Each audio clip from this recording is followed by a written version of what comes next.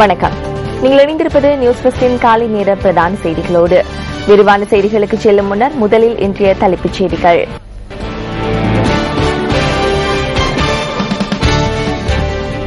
திருகோணமலை துறைமுகத்திற்கு அருகில் மீன்பிடிப்பதற்கு விதிக்கப்பட்டிருந்த விதிமுறைகள் இன்று முதல் நீக்கம். வடபகுதியில் சிறுவர்கள் பாதுகாப்பற்ற நிலைமைக்கு உட்படுத்தப்படுவதை தடுப்பதற்கு பாதுகாப்பு நிலையம் ஒன்றை அமைக்க நடவடிக்கை. எகிப்தின் முன்னாள் ஜனாதிபதி ஹொஸ்னி முபாரக் கவலைக்கிடமான நிலையில் மருத்துவமனையில் சிகிச்சை பெற்று வருவதாக தகவல்.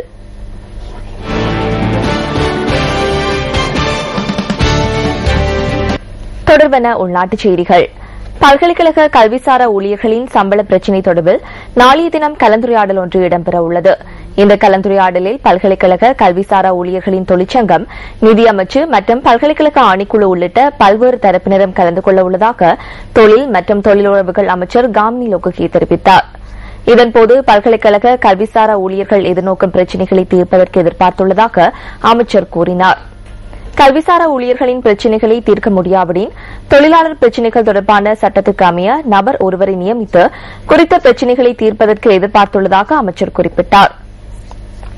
இதேவேளை பல்வேறு கோரிக்கைகளை முன்வைத்து பல்கலைக்கழக கல்விசாரா ஊழியர்கள் ஆரம்பித்த தொழிற்சங்க நடவடிக்கை இன்றும் தொடர்வதாக பல்கலைக்கழக தொழிற்சங்க ஒன்றிணைந்த குழுவின் தலைவர் RM சந்திரபால தெரிவித்தார்.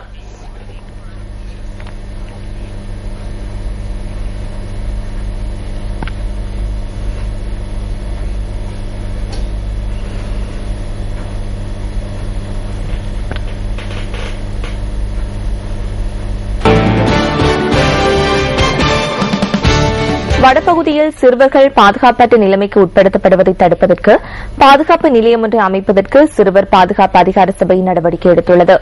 கிளிநொச்சி, முல்லைத்தீவு மற்றும் வவுனியா மாவட்டங்களில் பாதுகாப்பு நிலையங்களை அமைப்பதற்கு தற்போது நடவடிக்கை எடுக்கப்பட்டுள்ளதாக அதிகார சபையின் தலைவர் சட்டத்தரணி அனுமா திசாநாயக்க குறிப்பிட்டார். சிறுவர்கள் பாடசாலையிலிருந்து வீடு திரும்பியதன் பின்னர் பாதுகாப்பற்ற நிலைமைக்கு தள்ளப்படுவதாக அவர் சுட்டிக்காட்டினார். அதனை தடுப்பதற்காக அமைக்கப்படும் இந்த பாதுகாப்பு நிலையங்களில் பாடசாலை நிறைவு பெற்று வீடு செல்லும் சிறுவர்கள் மாலையில் தமது பெற்றோர் வரும் வரையில் பாதுகாப்பாக பராமரிக்கப்படுவார்கள் என தெரிவிக்கப்படுகின்றது. இந்த பாதுகாப்பு நிலையங்களை கிராம சேவையாளர் பிரிவு மட்டத்தில் உருவாக்குவதற்கு நடவடிக்கை எடுப்பதாக சிறுவர் பாதுகாப்பு அதிகார சபையின் தலைவர் அனுமா திசாநாயக்க மேலும் தெரிவித்தார்.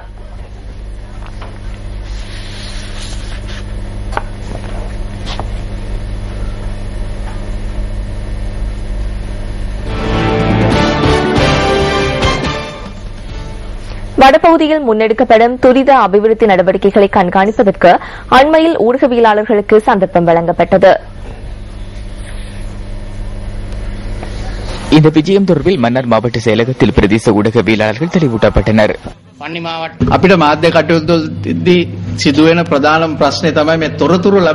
தகவல்களை பெற்றுக் கொள்வதில் ஏற்படும் சிரமங்களே ஊடக நடவடிக்கைகளின் போது நாம் எதிர்நோக்கும் பிரதான பிரச்சனையாகும். ஊடகவியலாளர்கள் தகவல்களை பெற்றுக் கொள்ளுதல் எமது நாட்டில் சட்டமாக நடைமுறைப்படுத்தப்படவில்லை. விசேடமாக எமது நாட்டில் அரசு அதிகாரிகளின் தகவல்கள், பல்வேறுபட்ட செய்திகள், எழுத்துமுல் ஆவணங்கள் தொடர்பான அபிவிருத்தி தகவல்களை எம்மால் அறிந்து கொள்ள முடியாதுள்ளது. அதனால் அரசாங்க தகவல் திணைக்களம் என்ற ரீதியில் அபிவிருத்தி தொடர்பான தகவல்களை ஆராய மாவட்ட ரீதியில் செல்வதற்கு தீர்மானித்துள்ளோம். සංවර්ධනය පිළිබඳ තොරතුරු අරගෙන දිස්ත්‍රික්කයට යන්න. இதேவேளை துரித அபிவிருத்தி நடவடிக்கைகள் தொடர்பில் ஆராயும் போது வடபகுதியில் பல்வேறு திட்டங்கள் நடைமுறைப்படுத்தப்பட்டுள்ளமையை காணக்கூடியதாக இருந்தது. தேவனகும மற்றும் மகநேகும ஆகிய திட்டங்கள் முன்னெடுக்கப்பட்டிருந்தன. அத்துடன் தலைமன்னார், படகுத்துறை மற்றும் பழைய கப்பல் தரிப்பிடம் இவ்வாறு காணப்பட்டது.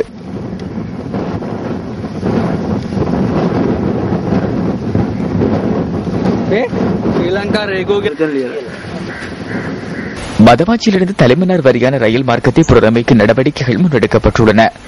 வடக்கின் வசந்தம் திட்டத்தின் கீழ் இதன் முதற்கட்ட நடவடிக்கைகள் தற்போது ஆரம்பிக்கப்பட்டுள்ளன. யோதமாவின் அபிவிருத்தி நடவடிக்கைகள் துரிதமாக முன்னெடுக்கப்படுவதுடன் அடுத்த போகத்தின் போது நெல் அறுவடையை 2 மடங்காக்குவதே இதன் நோக்கம் என்றும் அமைச்சர் சர் பதுருதீன் கூறினார்.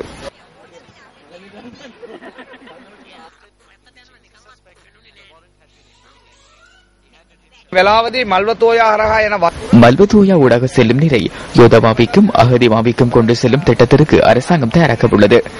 2 வருடங்களுக்கு 10,000 காணப்படும் அளவை 30,000 மாற்ற முடியும்.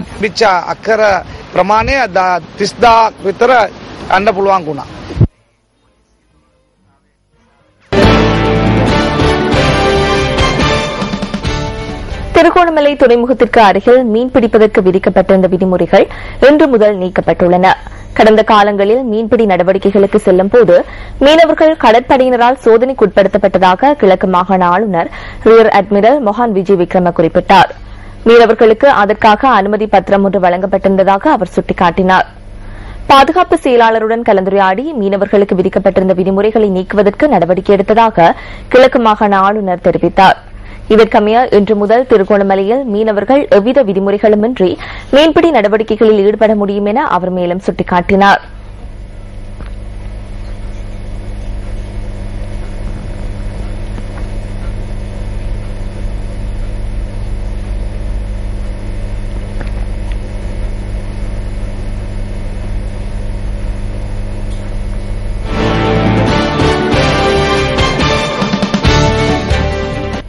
பாடசாலைகளில் உள்ள சேதமடைந்த கட்டடங்களை உடனடியாக அகற்றுவதற்கு உத்தரவிடுவதாக கல்வி பிரதி அமைச்சர் விஜித் விஜயமுனி சொய்சா குறிப்பிடுகின்றார். பாராளுமன்றத்தில் நேற்று பாராளுமன்ற உறுப்பினர் புத்திக பத்ரன் எழுப்பிய கேள்விக்கு பதிலளிக்கும் போதே பிரதி அமைச்சர் இதனை கூறினார். மாத்தறை மாவட்டத்தின் முலட்டியன பிரிவுக்குட்பட்ட அத்தப்பத்து கந்த கனிஷ்ட வித்தியாலயத்தின் ஆசிரியர் அறை சேதமடைந்துள்ளமை தொடர்பிலும் இது பாதுகாப்பற்றது எனவும் ஏற்றுக்கொண்டமை தொடர்பில் நான் மகிழ்ச்சி அடைகின்றேன். இதனை அப்புறப்படுத்துவதாக 1.5 வருட காலமாக தெரிவிக்கின்றனர். எனினும் அகற்றப்படவில்லை. மிகவும் கஷ்ட பிரதேசத்தில் உள்ள இந்த பாடசாலையின் ஆசிரியரை உடைந்ததால் அதிகளவான மாணவர்கள் விபத்துக்குள்ளாவார்கள். පුංචි දරුවන්ට බරපතල හානියක් සිද්ධ වෙන්න පුළුවන් බොහොම දුෂ්කර ප්‍රදේශයක පිටපු මේ පාසලේ. මෙම තත්ත්වය இவ்வாறான நிலைமைகள் பல பகுதிகளில் காணப்படுகின்றன. பாடசாலை வளாகத்திலிருந்து சேதமடைந்த கட்டடங்கள் அகற்றப்படாமை மாணவர்களின் உயிருக்கு அச்சுறுத்தலாக அமைகின்றது. இந்த தொடர்பில் அனைத்து வாகன சபைகளுக்கும் தெளிவூட்டப்பட்டு இவ்வாறான சேதமடைந்த கட்டடங்களை அகற்றுவதற்கு நடவடிக்கை எடுப்பதாக தெரிவிக்கின்றேன். මේ සම්බන්ධයෙන් සියලු පළාත් සභා දැනුවත් කරලා මේ අබලි ගොඩනැගිලි ඉවත් කිරීමට කටයුතු කරන ලෙස දන්වනවා. කොච්චර කාලයක් ඇතුළත මේ කටයුත්ත අවසන් කරන්න අමාත්‍යාංශ බලාපොරොත්තු වෙනවද? කාලය නම් ඉතින් පළාත් සභාවෙන් කෙරෙන්නේ හෙටම මම නියෝග කරනවා.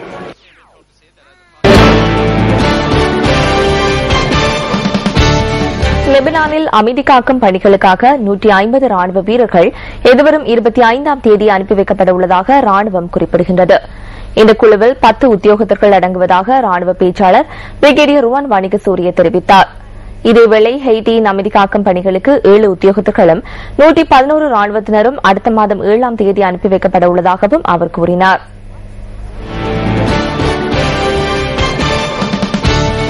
இலங்கை மத்திய வங்கி வெளியிட்டுள்ள வெளிநாட்டு நாணயங்களுக்கான கொள்வனவு மற்றும் விற்பனை விலைகளை சுமந்து வரும் பிஸ்பஸ் தொகுப்பு அடுத்து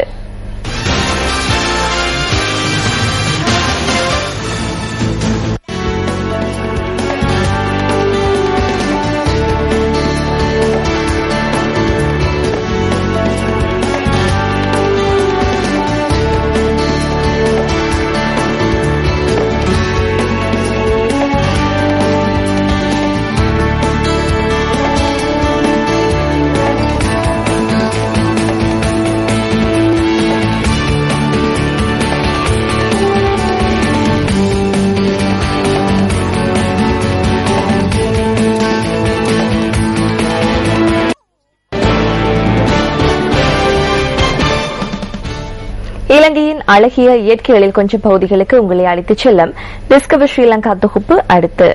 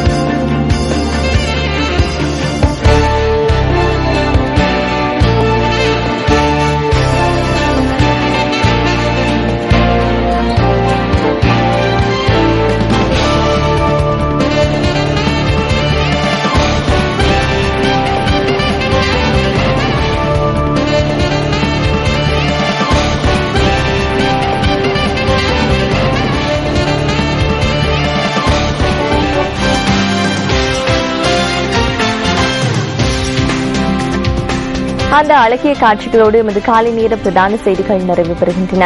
எமது மணித்தியால செய்திகளை 10:25க்கும் எமது மதிய நேர பிரதான செய்திகளை பிற்பகல் 1 மணிக்கும் எதிர்பாருங்கள்.